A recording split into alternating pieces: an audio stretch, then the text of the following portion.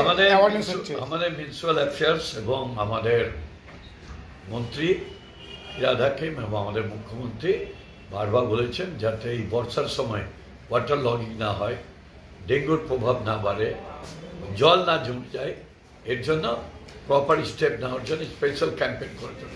এই জন্য আমরা নির্মল সাথী, নির্মল বন্ধু এবং জমাদার প্লাস অ্যাসিস্ট্যান্ট যে কনজারভেন্সি ইন্সপেক্টর আছে তাদের নিয়ে আমরা মিটিং করছি, প্লাস আমাদের অনারেবল কাউন্সিলর যারা আছেন তারা মিটিং করবো, তাদেরকে একদম স্টেট যে কীভাবে কাজগুলো করতে হবে, সেবা কোনো প্রবলেম পড়লে সেটা আমাদেরকে জানাবে, আমরা একটা সর্ট আউট করবো।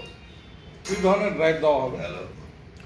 ক্লিনিং, ব্লকেজ, ডিসিলটেশন করা, এগুলো সম্পূর্ণ।